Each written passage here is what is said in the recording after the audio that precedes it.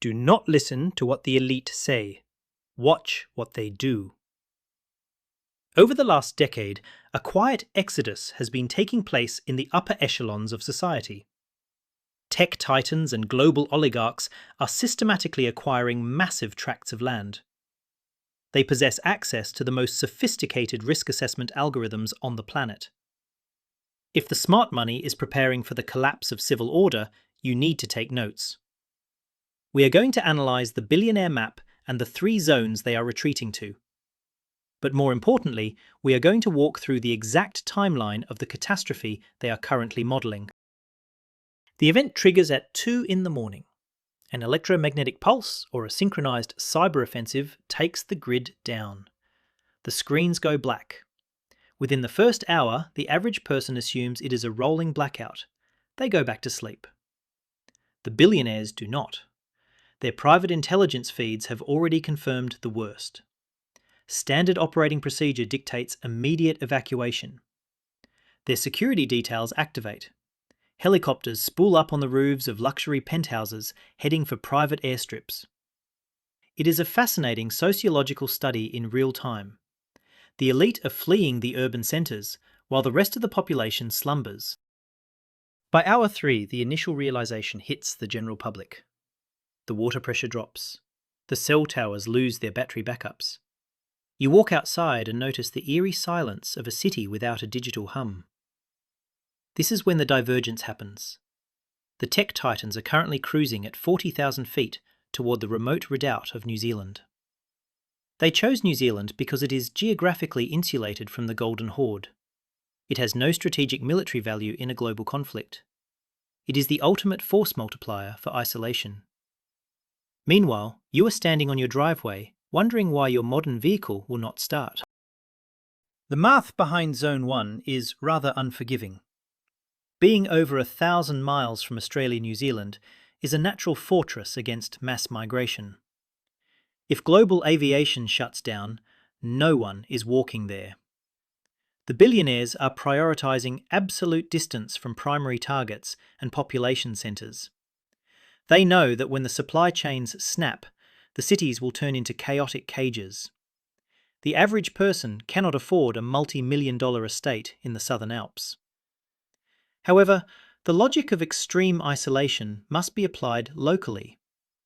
You must identify natural choke points around your own region that make foot travel difficult for desperate crowds. As hour 4 approaches, the traffic jams form. The highways become parking lots of dead vehicles and panicking drivers. You look in your rearview mirror at your child sitting in the back seat. You need a bug-out plan, not for some romantic pioneer fantasy. You need a bug-out plan so your child does not look at you with cracked lips, asking for a drink you do not have. Guilt is a far stronger motivator than fear. The elite know this. They are spending hundreds of millions to ensure they never have to look their families in the eye and say they failed. You must adopt that exact same urgency on a micro scale right now. Hope is not a strategy. Most people guess they have enough food, but the math says otherwise. Do not rely on blind optimism while the elite are executing calculated plans. Go to protocolsurvival.com, calculate your survival score, and enroll in our free Catastrophe Survival 101 course right now. Get the training before you need it. You must understand the logistics of survival before the grocery store shelves are stripped bare. The time to build your operational framework is when the internet still works. Take action today. By the end of the 4th hour, the supermarkets are empty. The illusion of inventory in the modern era is staggering. We operate on a just-in-time delivery system. Grocery stores only hold enough calories for 72 hours of normal consumption. In a panic scenario, that inventory vanishes in less than 4 hours. The people scrambling for canned goods are already too late. The elite are touching down on their private runways, stepping into vehicles that will take them to subterranean safe houses. They are not waiting in line for bottled water, because they bought the aquifer years ago. As the sun sets on the first day, the initial panic gives way to a dreadful realization. The authorities are not communicating. The grid is truly down. This marks the end of Phase 1. The window for relocation has violently slammed shut. Those who are in the cities are now trapped there. Those who have prepared their bug-out locations are locking their gates. The billionaires in Zone 1 are settling into their reinforced bunkers, watching the satellite feeds of a dying world. For the rest of us, Phase 2 begins. The lockdown. This is where the theoretical logistics of survival become brutally practical. The most dangerous element of the first night is denial. Neighbors will gather in the streets, pooling their perishable food for a neighborhood barbecue. They will joke about the inconvenience. It is a psychological defense mechanism against the unthinkable. The academic literature on disaster sociology shows that normalcy bias kills more people than the actual event. While the unprepared are drinking warm beer and waiting for the power company, the survivalist is filling every available vessel with tap water before the residual pressure fades. The elite do not suffer from normalcy bias. They pay analysts to tell them exactly how bad it will get. Day 1 of the lockdown introduces us to Zone 2, the continental fortress. Not all billionaires flee the continent. Some prefer to build fortified fiefdoms right here in the American West and Midwest. These are the tech founders and agricultural barons who understand that true power lies in resource monopoly. They are drawn to states with highly permissive building codes, allowing them to excavate massive bunkers without bureaucratic interference. They are buying tens of thousands of acres of productive farmland. A bunker is entirely useless if you run out of food and water. The elite are buying productive land, not just barren hideaways. Consider the massive compounds being constructed on isolated islands like Kauai. Investigations reveal complexes with thousands of square feet of underground bunkers, blast-resistant doors, and escape hatches. But the true defensive mechanism is not the concrete. It is the self-sustaining agriculture and water desalination capacity. These estates are designed to be entirely closed-loop systems. They do not need municipal water or global supply lines.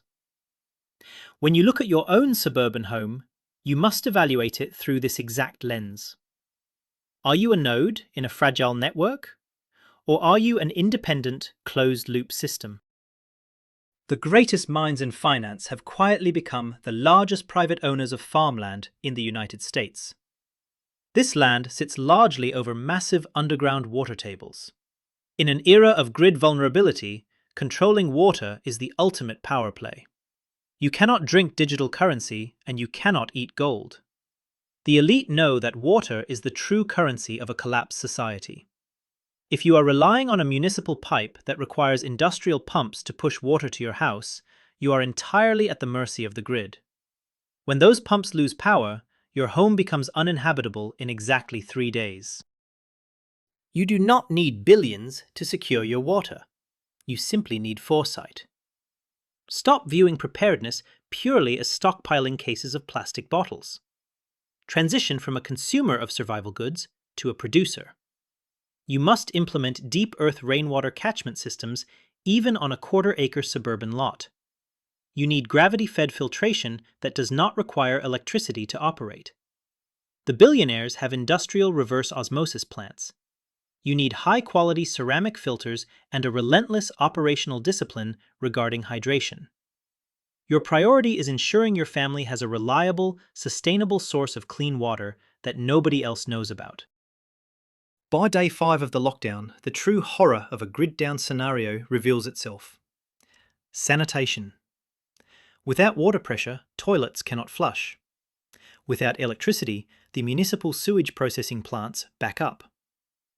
The modern city is a biological time bomb waiting for the plumbing to fail. While the elites in Zone 2 are utilising self-contained septic fields and advanced waste incineration systems, the urban populations are forced to resort to desperate measures. Disease will claim more lives in the first month than violence. Cholera and dysentery are the quiet reapers of a collapsed society. You must have a waste management protocol.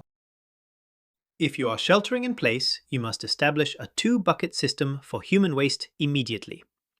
You need a dedicated supply of heavy-duty contractor bags, sawdust, and quicklime to mitigate biological hazards. The smell of a dying city will become overwhelming by the end of the first week. Every surface must be sanitized. Tactical hygiene is not a luxury, it is a fundamental survival requirement. A simple cut on your hand can become a lethal infection when the pharmacies are looted and the hospitals are dark. The billionaires have underground medical bays. You must rely on impeccable preventative hygiene. The compounds of the ultra-wealthy feature massive off-grid solar arrays hidden from public view. They understand that prolonged darkness destroys human morale. Power redundancy is about more than just keeping the lights on. It is about maintaining critical medical devices, communication equipment, and perimeter security sensors. You must build redundancies into your own life. Portable solar panels paired with high-capacity rechargeable power stations are no longer optional. They are mandatory equipment for the modern survivalist. You need to capture the energy of the sun quietly, without the deafening roar of a gas generator drawing unwanted attention. As the first week closes, the calories begin to run out for the average household. The billionaires in Zone 2 have hydroponic food facilities capable of growing fresh produce entirely underground. They have years of freeze-dried staples secured behind steel doors. For your own operations, you must focus on deep pantry storage. You need 3 to 6 months of shelf-stable, calorically dense food. Rice, beans, oats, and canned proteins are the foundation. But you must also supplement this with a robust seed bank and the actual knowledge of how to grow food in native soil. Having seeds is useless if you do not have the skills. By day 10, the psychological weight of the silence becomes oppressive. The mechanical noise of civilization is gone, replaced by the unpredictable sounds of desperation. The elite fortresses are soundproofed, buried under feet of earth and concrete. For you, silence must become your standard operating procedure. Light discipline and noise discipline will keep you alive. Cooking food that emits strong odors will draw the starving directly to your door. Operating a loud generator at night is akin to firing a flare gun into the sky. You must learn to exist quietly, moving through your own home like a ghost while the chaos burns outside. The end of the second week marks a grim milestone. The medically vulnerable, those reliant on refrigerated insulin or daily prescriptions, are the first to succumb. It is a quiet tragedy playing out behind thousands of closed doors. The elite foresaw this fragility. It is why they invest so heavily in private physicians and massive pharmaceutical stockpiles. You must audit your own biological dependencies. If your survival requires a monthly visit to a pharmacy, you do not have a resilient plan. You must consult with your doctors now to secure backup supplies and explore off-grid medical alternatives before the supply chains evaporate. Day 15 arrives and a new phase begins. The emergence.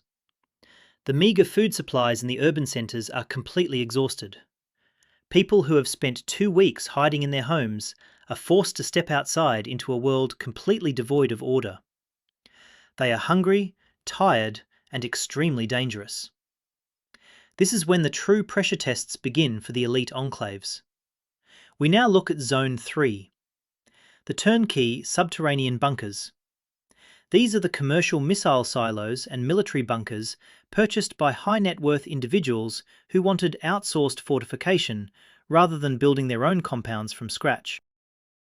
In places like Kansas, abandoned Atlas F missile silos have been converted into luxury survival condos.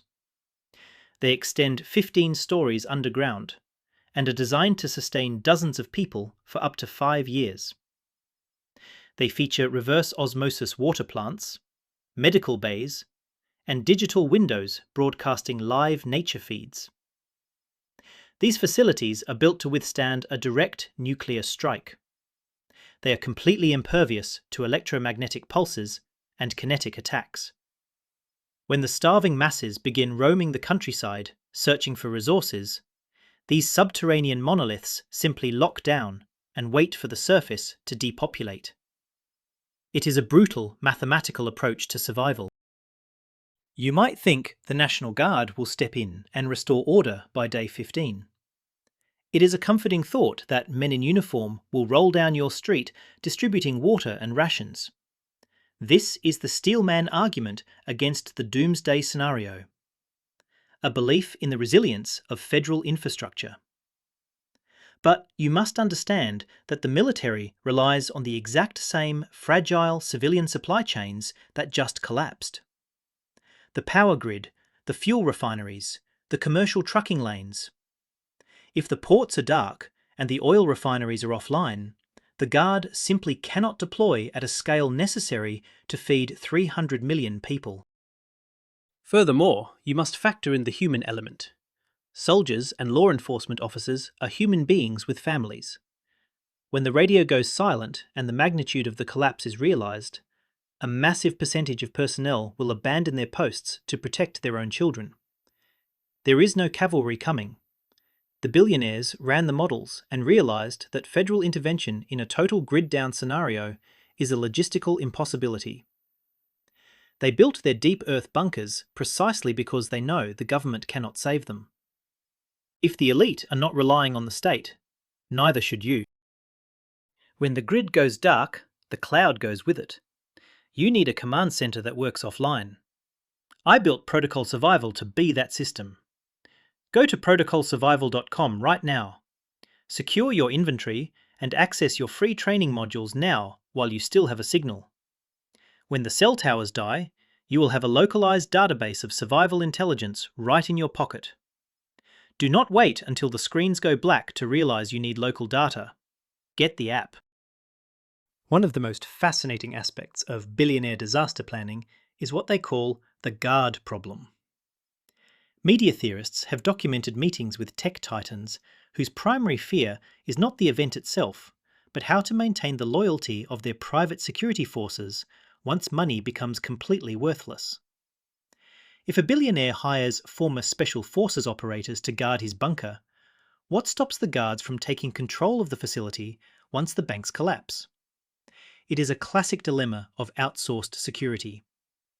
The elite realize that fiat currency is an illusion, and physical force dictates the rules in a post-collapse environment. Communities, like the survival condo, solve this problem by integrating the security personnel into the survival community. They are given quarters for their families, aligning their personal survival with the survival of the elite. The billionaires are buying into communities because security requires sleep rotations, agricultural labor, and shared incentives. You must extract this lesson for your own operations. The lone wolf prepper hiding in the woods is a cinematic myth that ends in starvation or being violently overrun. You cannot survive a long-term collapse entirely alone. You need to build your own mutual assistance group long before the crisis arrives. Identify friends, family, and neighbors with complementary skills. You need a medic, a mechanic, a tactical thinker, and someone who understands agriculture. When disaster strikes, money will not buy loyalty, but shared values and mutual survival will. Get to know your neighbors now. A neighborhood that works together to barricade their street and share resources will easily outlast a lone holdout with a basement full of weapons. The elite solve the guard problem with elaborate contracts and family integration. You solve it with genuine relationships and vetted trust. Community is the ultimate force multiplier. During the emergence phase, you will need to conduct limited scouting operations. The billionaires use drones tethered to their bunkers to monitor the perimeter without risking human assets.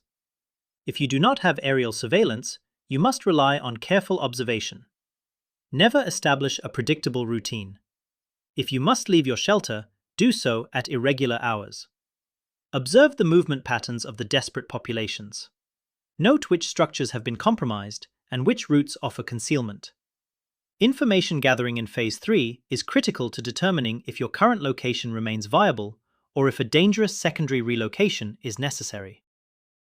You must coldly assess the threat environment. The people you encounter during the emergence are no longer your fellow citizens. They are apex predators driven by biological necessity. The veneer of civilization is incredibly thin. It washes away after 9 missed meals. The elite understand human nature deeply, which is why their blast doors lock from the inside. When making contact with outsiders, you must assume they are probing your defenses. Kindness can be weaponized. Desperate people will use decoys and sympathy to gain access to your resources. Maintain a hard perimeter. Compassion without security is just a complex form of suicide. We now enter Phase 4, the long haul. It has been a month since the event. Social collapse is absolute.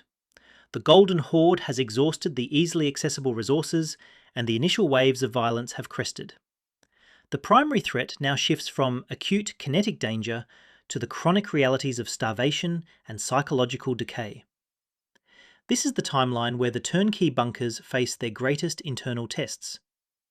Surviving the end of the world is as much a mental game as it is a physical one. The elite recognise that living in a sealed concrete box for months will drive humans entirely insane.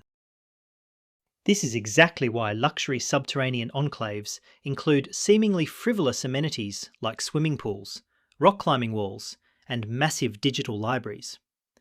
They are engineering psychological endurance. Morale is a quantifiable survival metric. If you lose the will to live, your immune system crashes and your decision-making degrades. You must factor morale into your own preps. Stockpile books, board games, comfort foods, and educational materials stored on Faraday-caged hard drives. You must give your family a reason to endure the darkness. You need routines, celebrations, and a sense of purpose to combat the encroaching despair of isolation. By day 60, the remnants of society begin to form a primitive barter economy. Fiat currency is useful only as kindling. The new economy is built on utility. Ammunition, antibiotics, water filters, and specialized skills become the mediums of exchange. The billionaires do not need to barter because they hoarded the entirety of their supply chain. But you will eventually need something you do not have. This is why skills are infinitely more valuable than gear. You can trade gear away, but you can barter a skill 1,000 times over. A medic or an armourer will never starve in a post-collapse society. A billionaire can buy a massive automated hydroponic system. You must actually learn how to grow food in degraded soil. A billionaire hires former military contractors for security. You must learn self-defense, tactical first aid, and situational awareness. In a total collapse, your applied knowledge is the only currency that will not hyperinflate. Learn how to purify water with field-expedient materials. Learn how to stop massive bleeding using a tourniquet and packing gauze. Become intimately familiar with the edible flora in your specific biome. When the manufactured gear breaks, your knowledge is the only thing standing between you and the grave. As the long haul stretches toward day 100, the starvation reality peaks for the unprepared. The landscape is stripped of all natural game. Rivers are fished out, and local flora is decimated. The elite watch this ecological depletion through thermal cameras from behind their fortified walls. They calculated the carrying capacity of the land and knew it could not support the surrounding population without industrial supply chains. This underscores the absolute necessity of your deep pantry and your hidden agricultural capabilities. If you are foraging by day 90, you are expending more calories than you are acquiring. It is a death spiral. To survive this attrition, you must master OBSEC, or Operational Security. Billionaires go to extraordinary lengths to hide their preparations. They purchase land through anonymous shell companies. They force their contractors to sign draconian non-disclosure agreements. They build massive visual barriers around their properties. They understand that if the masses know the resources are there, the fortifications will eventually be breached by sheer numbers. Do not advertise your preparedness to the world. Do not brag about your stockpiles on the internet. When the Golden Horde comes looking for food, they will go directly to the house that boasted about having it. You must become the Grey Man. The Grey Man blends into his environment perfectly. He looks unremarkable, tired and hungry, just like everyone else. If your neighbors see you looking well-fed and hydrated while their children are suffering, they will rationalize violence against you. Camouflage your home. Do not leave empty food cans in your trash. Block your windows completely so light does not escape at night. Your exterior should look just as desolate and looted as the rest of the street. Survival is not about projecting strength. It is about avoiding attention entirely.